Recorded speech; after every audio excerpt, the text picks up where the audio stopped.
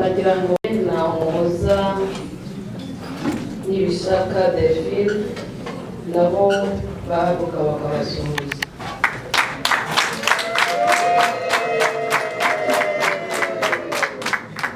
Abageni muri nagira ngo mbabwire ko leta batezeho umuryango kuko tubisanga mu ngingo ya 18 y'itegeko nshinga aho batubwira ko umuryango ni umuzi kamere w'imbaga y'abanyarwanda urengerwa na leta igaha agaciro umuryango. Abageni mwaje uyu munsi mwaje mwizanye nta wigeze abashyiraho agahato ngo muze gushyingirwa, mwaje ku bwanyu muherekejwe n'imiryango yanyu.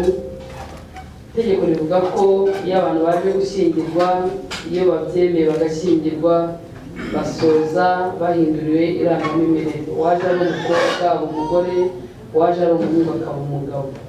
Itegeko rivuga ko umugabo yemerewe guhita ajyana umugore we bakabana.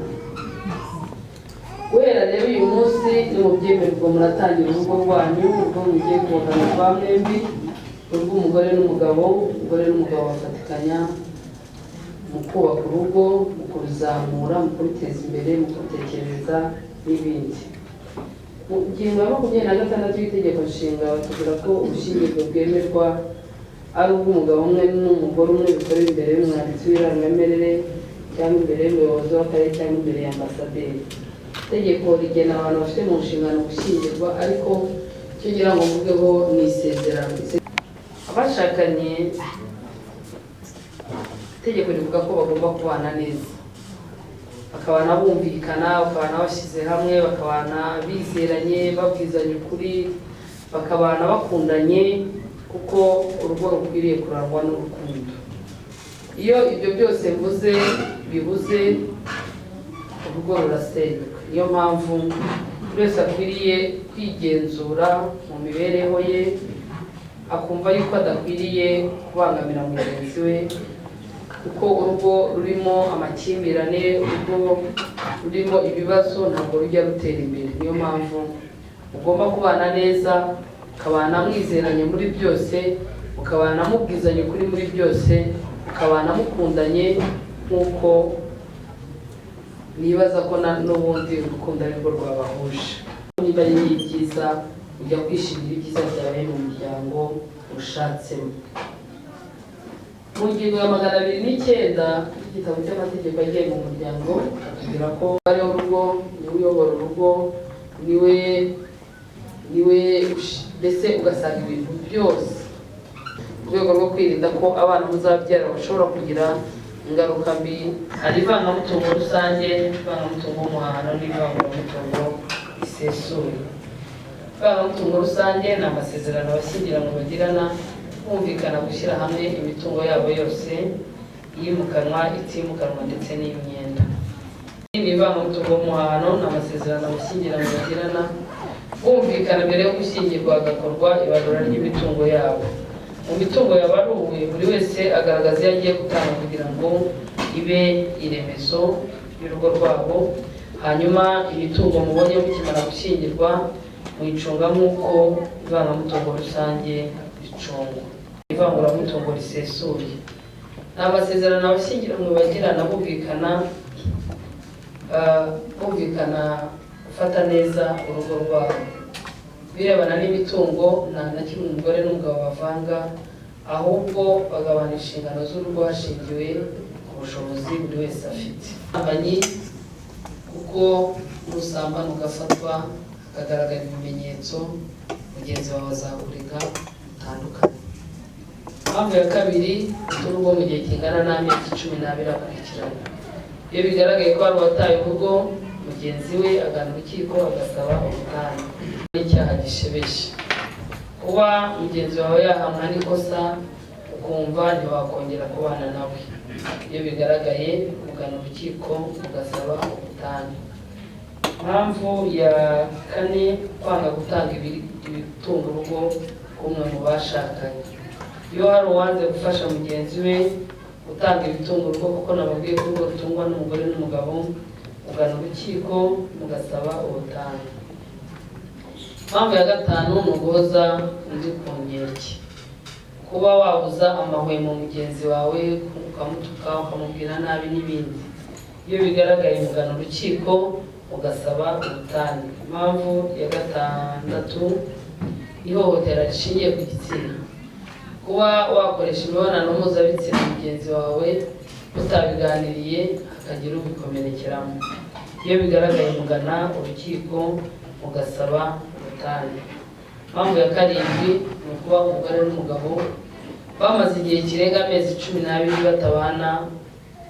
7 ni ukuba umugore n'umugabo bamaze igihe, hari uwakoze ikosa hagati ya mugenzi we, noneho akamuha igihe kingana n'imyaka 2 kugira ngo yikosore. Iyo bigaragaye ko imyaka 2 atari ikosora kuri rya kosa, mugana urukiko ngo ntabwo baba bakibana muri cya cyumba kimwe. Mwafata icyumba cye undi cyumba cye. Imyaka 2 irangiye atikosoye, mujya mu rukiko bakabishingiraho ko mwitandukanije ku bushake bakabona gutandukana kwa burundu. Impamvu ya 8 ni ukuba umugore n'umugabo bamaze igihe kirenga amezi 12 batabana nk'umugore n'umugabo, batuzuza inshingano zibemerera kwitwa umugore cyangwa se umugabo.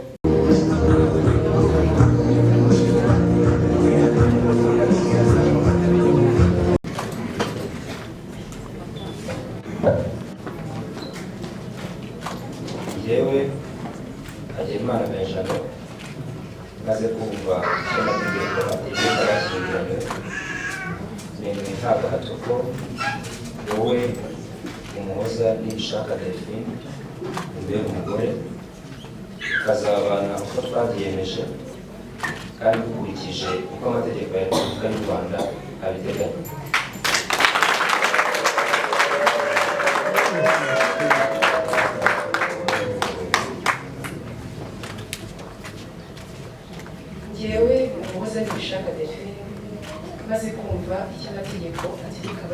yawe nemeye nta gahato ko wowe Benjamin Hagenimana umbere umugabo tukazabana uko twabyiyemeje kandi dukurikije uko amategeko y'Igihugu abiteganya.